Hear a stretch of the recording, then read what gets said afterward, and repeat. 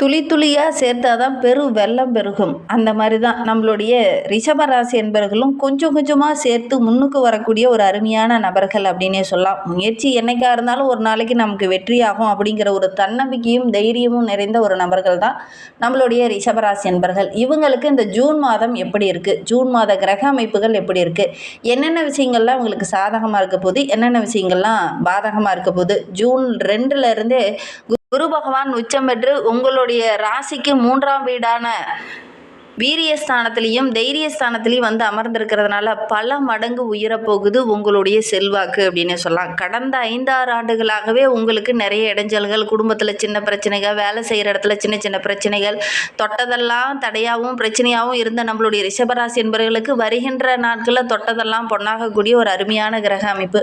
புதிய முயற்சி எல்லாமே உங்களுக்கு சக்ஸஸ் ஆகவும் நல்ல ஒரு சாதகமாகவும் அமையக்கூடிய ஒரு யோகமான கிரக அமைப்பு. ஏன்னா குரு 3ஆம் வீட்டில் வந்து அமர்ந்திருக்கிறார். 3ஆம் இடம் அப்படிங்கிறது உங்களுடைய தைரியம், தன்னம்பிக்கை, இது எல்லாமே அதிகமாகும். இந்த துளி துளியாக சேர்த்து வச்ச விஷயங்கள்லாம் எல்லாமே உங்களுக்கு சாதகமாக அமைய போகுது. பொருளாதாரத்தில் நல்ல ஒரு மேன்மையை எதிர்பார்க்கலாம். ஏன்னா சூரிய பகவானும் ஜூன் 15க்கு அப்புறம் பார்த்தீங்கன்னா தனஸ்தானமான 2ஆம் வீட்டில் வந்து இணையிறதுனால வங்கியில் உங்களுடைய கையிருப்பு அதிகமாகும். நீண்ட நாட்களாக வராமல் இருந்த கடன்லாம் வசூலாகும். உங்களுடைய பேச்சாற்றலும் அதிகமாகும். சூரிய பகவான் 2ஆம் இடம் வரும்போது தனஸ்தானம், அந்த இடம் நம்மளுடைய ரிஷபராசிக்கு பேச்சாற்றல் அதிகமாகும், தன லாபம் அதிகமாகும், கொடுத்த வாக்கை காப்பாற்றுவீங்க. அதே நேரத்தில் எந்த ஒரு பொருள் உங்களுக்கு வராமல் தடைபட்டுக்கிட்டே இருந்துச்சோ அது வந்து வரும். வசூலாகாதுன்னு நினச்ச பணம் கூட இந்த காலகட்டத்தில் வசூலாகும். ஆரோக்கிய ரீதியாக இருந்த பிரச்சனைகளும் வருகின்ற நாட்களில் சரியாகும். கோபத்தினால ஒரு சில இடைஞ்சல்களை சந்திச்சுட்டு இருந்த நம்மளுடைய ரிஷபராசி என்பர்களுக்கு வருகின்ற நாட்களில் அந்த விஷயங்கள் எல்லாமே உங்களுக்கு சாதகமாக அமைய போகுது. அதை பற்றி நம்ம இன்னுமே விளக்கமாக பார்க்கலாம். நீங்கள் இப்போ தான் ஃபஸ்ட் டைமாக நம்ம சேனலில் பார்க்குறதா இருந்தால் நம்ம சேனலை சப்ஸ்கிரைப் பண்ணிவிட்டு கூடவே இருக்கிற பெல் ஐக்கானை கிளிக் பண்ணிக்கோங்க. அப்போ தான் நாங்கள் போடுற ஒவ்வொரு வீடியோவுமே உங்களுக்கு நோட்டிஃபிகேஷனாக வரும். நீங்கள் ரிஷபராசி அன்பராக இருந்தால் மறக்காமல் நம்மளுடைய சேனலுக்கு ஒரு லைக் கொடுத்துட்டு உங்களுடைய உறவுகள் வகையில், நண்பர்கள் வகையில் யாராவது ரிஷபராசி அன்பர்கள் இருக்காங்க அப்படின்னா மறக்காமல் இந்த வீடியோவை அவங்களுக்கும் ஷேர் பண்ணிவிடுங்க. ரிஷபராசியில் நீங்கள் எந்த நட்சத்திரத்தில் பிறந்தீங்க, உங்களுடைய இஷ்ட தெய்வ பெயர் என்ன அப்படிங்கிறத மறக்காமல் எங்களுடைய கமெண்ட் பாக்ஸில் தெரிவிங்க. ஜோதிட ரீதியாக ஏதாவது சந்தேகம் இருக்குது அப்படின்னா டிஸ்கிரிப்ஷனில் ஜோதிடரோட வாட்ஸ்அப் நம்பர் கொடுக்கப்பட்டிருக்கு. அந்த நம்பருக்கு கால் பண்ணுங்கள். நம்மளுடைய ரிஷபராசி என்பவர்களுக்கு ரொம்ப ஒரு எளிமையான வாழ்க்கை வாழ்கிறது தான் ரொம்ப பிடிக்கும். இந்த எளிமை ஒரு நாளைக்கு நம்மளை வலிமை உள்ள மனிதராக ஆக்க முடியும் அப்படிங்கிற ஒரு தன்னம்பிக்கையும் தைரியமும் நிறைந்தவங்க தான் நம்மளுடைய ரிஷபராசி என்பர்கள். உங்களுடைய எளிமைக்கு இந்த காலகட்டத்தில் ஒரு வெற்றி கிடைக்க போகுது. இந்த குரு பகவான் ஜூன் 2 முதல் உங்களுடைய ராசிக்கு 3ஆம் இடத்துல வந்து பலமான இடத்துல அமர்ந்திருக்கிறார். அடிமேல் அடி வைத்து நகர்ந்துகிட்டு இருந்த நம்மளுடைய ரிஷபராசி என்பர்களுக்கு இந்த காலகட்டத்தில் பதறாமல் நிறைய நல்ல விஷயங்கள் நடக்க போகுது. இந்த பய உணர்வு, மனதில் ஒரு குழப்பம் இருந்தது இல்லையா, அந்த குழப்பத்துக்கு நல்ல ஒரு தெளிவு, ரொம்ப தைரியமாக எல்லா விஷயத்துலையும் இறங்குவீங்க. வெளிவட்டாரத்தில் உங்களுடைய மதிப்பு அதிகமாகும். ஏன்னா 3ஆம் இடத்துல குரு பகவான் வந்து அமரும்போது உங்களுடைய தைரியம் அதிகமாகும். வெளியிடத்துல உங்களுக்குன்னு நல்ல ஒரு மதிப்பு மரியாதை கிடைக்கும். குறிப்பாக உங்களுடைய வேலையில் நல்ல ஒரு முன்னேற்றத்தை எதிர்பார்க்கலாம். எந்த காரியம் தடைபட்டு நினைச்சோ அந்த காரியம் உங்களுக்கு வெற்றியாகும். வீட்டில் சகோதரரால், சகோதரியால் சின்ன சின்ன கருத்து மோதல்கள், பிரச்சனைகள், சொத்து சம்பந்தமான பிரச்சனை, இது எல்லாமே கடந்த ஓராண்டுகளாகவே இந்த ரிஷபராசி என்பவர்கள் நீங்கள் அனுபவிச்சுட்டு இருந்திருப்பீங்க. இந்த காலகட்டத்தை பொறுத்தவரைக்கும் அந்த பாகப்பிரிவில் நடுநிலையாக நின்று நீங்கள் ஒரு முடிவு கொண்டு வந்துடுவீங்க. குடும்பத்தில் இருந்து ஒரு சில இன்னல்களை சந்திச்சுட்டு இருந்த நம்மளுடைய ரிஷபராசி என்பர்கள் இந்த காலகட்டத்தில் விட்டு கொடுத்து அனுசரணையாக போவீங்க. பெரியவங்க கிட்ட ஆலோசனை கேட்பீங்க. அதே நேரத்தில் எந்த ஒரு விஷயத்துலையுமே ஒரு முறைக்கு பல முறை யோசித்து தான் செயல்படுவீங்க. ஆனால் இந்த காலகட்டத்தில் உங்களுடைய யோசனைக்கு ஒரு சிலர்லாம் ஆலோசனை வழங்குவாங்க. அந்த ஆலோசனையை நீங்கள் ஏற்று அதற்கேற்ப செயல்படுவீங்க. அதனால் குடும்ப விஷயங்கள் எல்லாமே ஓரளவுக்கு சாதகமாக அமைய போகுது. அதே நேரத்தில் இந்த காலகட்டத்தில் நீங்கள் முன்கோபத்தை கொஞ்சம் குறைச்சிக்கிறது நல்லது. ஏன்னா செவ்வாய் வந்து இந்த காலகட்டத்தில் உங்களுக்கு முன்கோபத்தை கொஞ்சம் அதிகம் தருவார். அதனால் இந்த காலகட்டத்தில் நீங்கள் முன்கோபத்தை கொஞ்சம் குறைச்சிக்கோங்க. ஒரு சிலருக்கு தூக்கமின்மை போன்ற பிரச்சனைகள் வரும். ஏன்னா முன்கோபத்தினால இதெல்லாம் வர்றதுக்கான ஒரு சூழ்நிலை இருக்குது. இந்த ஜூன் 21லேருந்து 12ஆம் இடத்துல செவ்வாய் வந்து அமரும்போது ஜென்ம ராசிக்குள்ளே பிரவேசிக்கும் போது ஆத்திரமும் அவசரமும் கொஞ்சம் அதிகமாகும். ஆரோக்கியத்தில் சின்ன சின்ன பிரச்சனைகள் நம்மளுடைய ரிஷபராசி என்பவர்களுக்கு வரும். நிதானத்தை கடைபிடித்திங்கன்னா இந்த ஜூன் மாதம் உங்களுக்கு வெற்றியான மாதமாக அமையும் அப்படின்னு சொல்லலாம். ரொம்ப பொறுமைசாலிகளாக தான் நீங்கள் இருப்பீங்க. ஆனால் இந்த காலகட்டத்தில் செவ்வாய் வந்து 12ஆம் இடத்துல உச்சம் பெற்று அமர்ந்திருந்தனால இந்த காலகட்டம் அப்படிங்கிறது நம்மளுடைய ரிஷபராசி என்பவர்களுக்கு அவசரமாக எல்லா விஷயத்துலையும் இறங்குவீங்க. அதனால் கொஞ்சம் இடைஞ்சல்கள் வரத்துக்கான ஒரு சூழல் இருக்குது. மற்றபடி மற்ற கிரகங்கள் எல்லாமே உங்களுக்கு வலுவான இடத்துல இருக்குது. அதனால் ஓரளவுக்கு சாதகமான பலனை நீங்கள் எதிர்பார்க்கலாம் அப்படின்னே சொல்லலாம். சுபகாரியங்கள்லாம் கட்டாயம் இந்த ஜூன் மாதத்தில் நடக்கக்கூடிய யோகம் நம்மளுடைய ரிஷபராசி என்பவர்களுக்கு இருக்குது. வரன் தேடிட்டு இருக்கவங்க, வீட்டில் சுபகாரியமே நடக்கலை, எல்லா சுபகாரியமே தடைபட்டுக்கிட்டே இருக்குது அப்படின்னு நினைக்கிறவங்க இந்த காலகட்டத்தில் நீங்கள் முயற்சி பண்ணிங்கன்னா கண்டிப்பாக உங்களுடைய வீட்டில் ஏதாவது ஒரு சுபகாரியம் நடக்கக்கூடிய யோகம் இருக்குது அப்படின்னு சொல்லலாம்.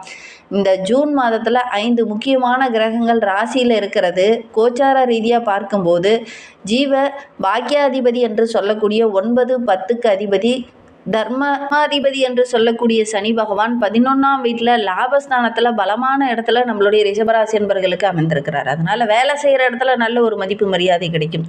ஜூன் 2ஆம் தேதியிலிருந்து லாபாதிபதியோடு குரு பகவானும் உச்சமான வீட்டில் வந்து கடகராசியில் பிரவேசிக்க இருக்கிறார். இந்த 3ஆம் வீட்டில் குரு பகவானும் வந்து பிரவேசிக்கும் போது உங்களுடைய முயற்சி எல்லாமே வெற்றியாகும். மாத பிற்பகுதி ரொம்ப அமோகமாக இருக்குது நம்மளுடைய ரிஷபராசி என்பவர்களுக்கு அப்படின்னே சொல்லலாம். சூரியன், புதன் சுப கிரகங்கள். இந்த கிரகங்கள் ஒன்று சேரும்போது பொருளாதாரத்தில் நல்ல ஒரு உன்னதமான நிலையை நம்மளுடைய ரிஷபராசி என்பவர்கள் வருகின்ற நாட்களில் கிடைக்க போகுது அப்படின்னே சொல்லலாம். இருந்தாலும் ஜூன் 21 இருந்து செவ்வாய் பகவான் ஜென்ம ராசிக்குள்ளே நுழையிறதுனால வேகம் கொஞ்சம் அதிகமாகும், ஆவேசம் கொஞ்சம் அதிகமாகும், பேச்சில் கொஞ்சம் தடிமன் வரும். மனதை கொஞ்சம் சாந்தப்படுத்திக்கிட்டீங்க அப்படின்னா நினைத்ததை சாதிக்கக்கூடிய நல்ல நல்ல விஷயங்கள்லாம் உங்களுடைய கண்ணில் தென்படும் நம்மளுடைய ரிஷபராசிக்கு அப்படின்னே சொல்லலாம்.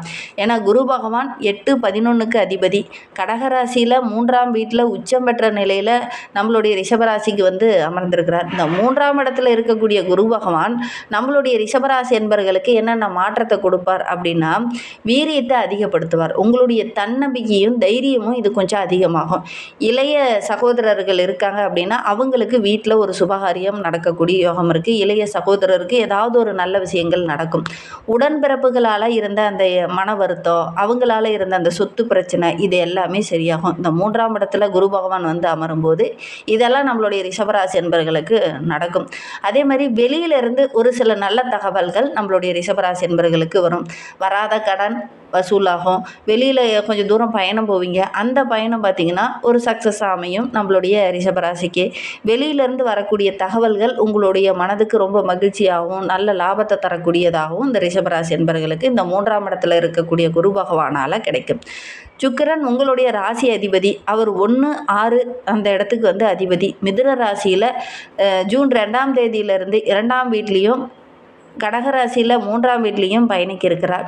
ஜூன் 8 வரை தனஸ்தானத்தில் அமர்ந்து சுக்கிரன் பண புழக்கத்தை கொஞ்சம் அதிகப்படுத்துவார். அதே 3ஆம் வீட்டுக்கு வரும்போது உச்சமான நிலையில் வந்து அமரும்போது கலையில், இசையில் இதெல்லாம் கொஞ்சம் ஆர்வம் அதிகமாகும். இந்த கலையில், இசை சார்ந்த தொழில் செஞ்சிட்டு இருக்கக்கூடிய நம்மளுடைய ரிஷபராசி என்பர்கள் நீங்கள் கொடி கட்டி பறக்க போகிறீங்க. நீங்கள் இறங்குற விஷயங்கள் எல்லாமே உங்களுக்கு வெற்றியாகவும் மகிழ்ச்சியாகவும் இந்த ரிஷபராசி என்பர்களுக்கு அமையும். ரொம்ப நாளாக கலை சார்ந்த விஷயத்தில் ஈடுபட்டு இருந்தவங்களுக்கு எனக்கு ஒரு முன்னேற்றமே இல்லை அப்படின்னு கவலைப்பட்டு இருந்தவங்களுக்கு அதெல்லாம் நல்ல ஒரு சாதகமான பலன் கிடைக்கும். அதே நேரத்தில் இந்த அழகு சாதன பொருள்கள் வாங்கி விற்கிற ரிஷபராசி என்பவர்களுக்கெல்லாம் நல்ல லாபம் கிடைக்கக்கூடிய ஒரு யோகமான கிரக அமைப்பு அப்படின்னு சொல்லலாம். ஏன்னா 3ஆம் இடத்துல சுக்கிரன் வந்து அமரும்போது நல்ல ஒரு யோக பலன் நம்மளுடைய ரிஷபராசி என்பவர்களுக்கு கிடைக்கும். ஏன்னா ராசி அதிபதியே 3ஆம் இடத்துல வந்து அமரும்போது அவங்களோட குருவும் இணையும் போது எடுக்கிற காரியங்கள் எல்லாமே நல்ல ஒரு சக்ஸஸாக அமையும் அப்படின்னு சொல்லலாம். சூரிய பகவான் 4ஆம் இடத்திற்கு அதிபதி நம்மளுடைய ரிஷபராசிக்கு. 1ஆம் வீட்லேயும் ஜூன் 15க்கு அப்புறம் பார்த்திங்கன்னா 2ஆம் வீட்லேயும் மிதுன ராசியிலையும் சஞ்சரிக்கிறார் நம்மளுடைய சூரிய பகவான். அந்த சூரிய பகவான் நம்மளுடைய ரிஷபராசிக்கு என்னென்ன மாற்றத்தை கொடுக்கும் அப்படின்னு பார்த்திங்கன்னா ஜென்ம ராசியில் சஞ்சரிக்கிறதுனால 2ஆம் இடம் அப்படிங்கிறது தனஸ்தானம், அந்த ஸ்தானத்தில் வந்து அமரும்போது நல்ல ஒரு யோக பலன் நம்மளுடைய ரிஷபராசி என்பவர்களுக்கு கிடைக்கும். 3ஆம் இடத்திற்கு மாறும்போது, அதாவது மிதுன ராசிக்கு மாறும்போது அந்த இடம் 2ஆம் இடம். 2ஆம் இடம் என்பதனால பேச்சில் கொஞ்சம் கம்பீரம் தெரியும். சொத்து சம்பந்தமான பிரச்சனை ஓரளவுக்கு முடிவுக்கு வரும். வருமானம் அதிகமாகும். தொழிலில், வியாபாரத்தில் இதில் எல்லாமே நல்ல ஒரு மேன்மையை நம்மளுடைய ரிஷபராசி என்பர்கள் எதிர்பார்க்கலாம். 10 பேர் இருக்காங்கன்னா கூட ரொம்ப அமைதியாக தான் நீங்கள் கேட்டுட்ருப்பீங்க. ஆனால் இந்த ஜூன் 15க்கு அப்புறம் பார்த்தீங்கன்னா உங்களுடைய பேச்சு அப்படியே கம்பீரமாக இருக்கும். 4 பேர்த்துக்கு மத்தியில் நல்லா கணீர்னு பேசுவீங்க. அது பார்த்தீங்கன்னா நல்ல ஒரு பாராட்டுக்குரிய விஷயமா இருந்தாலும், என்னடா அமைதியாக இருந்தவன் திடீர்னு பேசுகிறானே அப்படின்னு மற்றவங்கள ஆச்சரியப்பட வைக்கும். அதனால் இந்த காலகட்டத்தில் இந்த கம்யூனிகேஷன் சார்ந்த தொழிலில் இருக்கக்கூடிய நம்மளுடைய ரிஷபராசி என்பர்களுக்கெல்லாம் நல்ல ஒரு யோகமான பலன், பேச்சின் மூலியமாகவே நல்ல ஒரு சாதகமான பலன் கிடைக்க போகுது அப்படின்னே சொல்லலாம். புதன் 2, 5க்கு அதிபதி நம்மளுடைய ரிஷபராசிக்கு. மிதுன ராசியில் 2ஆம் வீட்லேயும் கடகராசியில் 3ஆம் வீட்லேயும் இந்த ஜூன் மாதத்தில் இந்த புதன் பகவான் பயணிக்க இருக்கிறார். ஜூன் 22 வரை தன்னுடைய சொந்த வீடான 2ஆம் வீட்டில் ஆட்சி பலத்தோடு அமர இருக்கிறார் புதன் பகவான். தொழிலை விரிவுபடுத்தினீங்கன்னா கண்டிப்பாக நல்ல லாபம் கிடைக்கும் நம்மளுடைய ரிஷபராசி என்பர்களுக்கு. அதே மாதிரி யாருக்காவது வாக்கு கொடுத்தீங்க அப்படின்னா அந்த வாக்கை இந்த காலகட்டத்தில் இந்த ரிஷபராசி என்பர்கள் நிறைவேற்றுவீங்க. ஏன்னா உங்களுடைய பேச்சில் அந்த அளவுக்கு சாதுர்த்தியம் இருக்கும். பேச்சின் மூலிமா பல சாதனைகள் செய்யக்கூடிய ஒரு யோகம் இருக்குது நம்மளுடைய ரிஷபராசி என்பர்களுக்கு. எல்லா இடத்துலையுமே ரொம்ப புத்திசாலித்தனமாக செயல்படுவீங்க. ஏன்னா 3ஆம் இடத்துல கடகத்தில் இருக்கும்போது நல்ல ஒரு மேன்மையாக நம்மளுடைய ரிஷபராசி என்பர்கள் எதிர்பார்க்கலாம். செவ்வாய் 7 மற்றும் 12க்கு அதிபதி. நம்மளுடைய ரிஷபராசிக்கு மேசராசி 12ஆம் வீடு, ரிஷபராசிக்கு 1ஆம் வீடு. ஜூன் 1 வரை விரயஸ்தானத்தில் இருக்கிறதுனால வீண் செலவு கொஞ்சம் வரும். தூக்கமின்மை போன்ற பிரச்சனைகள் நம்மளுடைய ரிஷபராசி என்பர்களுக்கு வரும். அதன் பிறகு ஜென்ம ராசிக்குள்ளே ரிஷபராசிக்கு வரும்போது உங்களுடைய ஆற்றல் அதிகமாகவும், முன்கோபம் கொஞ்சம் அதிகமாகவும், கூடுதலாக இந்த காலகட்டத்தில் உழைப்பை போடுவீங்க. எடுக்கிற காரியத்தில் சின்ன தடை வந்தால் கூட உங்களால் பொறுத்துக்க முடியாது. கோபம் கொஞ்சம் அதிகமாகும் நம்மளுடைய ரிஷபராசி என்பர்களுக்கு அப்படின்னே சொல்லலாம். காலகட்டத்தில் பேச்சில் நிதானமாக இருந்துக்கோங்க. சனி பகவான் 9 மற்றும் 10ஆம் இடத்திற்கு அதிபதி. மீன ராசியில் கோச்சார மாற்றம் எதுவும் இல்லாமல் 11ஆம் இடத்துல இருக்கிறார். லாபஸ்தானத்தில் நம்மளுடைய ரிஷபராசி என்பர்களுக்கு அமர்ந்திருக்கிறதுனால யோகக்காரகன் சனி பகவான் தொழில் ஸ்தானத்திலையும் உழைப்பையும் கொடுக்கக்கூடியவர். நிலையான வருமானத்தை அதிகப்படுத்துவார். பெரியவர்களுடைய அன்பு ஆதரவு கிடைக்கும். நல்ல ஒரு மேன்மையை நம்மளுடைய ரிஷபராசி என்பர்கள் எதிர்பார்க்கலாம். இந்த காலகட்டத்தில் வீட்டில் இருக்கிறவங்களுடைய அன்பு ஆதரவெல்லாம் கிடைக்கும். ஏன்னா சனி பகவான் லாபஸ்தானத்தில் வந்து அமரும்போது நல்ல ஒரு யோக பலன் நம்மளுடைய ரிஷபராசி என்பவர்களுக்கு கிடைக்கும் அப்படின்னே சொல்லலாம். இந்த காலகட்டத்தில் நீங்கள் ஒரு சில பரிகாரங்கள் செஞ்சுக்கிறது ரொம்ப நல்லது. ஜூன் 15க்கு பிறகு பார்த்தீங்கன்னா சூரியன் பேச்சில் கொஞ்சம் அதிகமான கடுஞ்சொற்களை பேச வைப்பார். அதனால் சூரிய நமஸ்காரம் இந்த ரிஷபராசி என்பர்கள் காலையில் தூங்கி எந்திரிச்சதுமே செஞ்சுட்டு அதுக்கப்புறம் நீங்கள் அன்றாட வேலைகளை துவங்குங்க. முடிந்தால் ஓம் ஆதித்யாய நமக அப்படிங்கிற மந்திரத்தை தினமும் ஒரு 21 முறை சொல்லிக்கிட்டு வாங்க. கண்டிப்பாக நல்ல ஒரு சாதகமான பலனை எதிர்பார்க்கலாம். நீங்களும் எங்களுடைய கமெண்டில் கூட தெரிவிங்க. இதை சொல்வதன் மூலம் நல்ல பயன்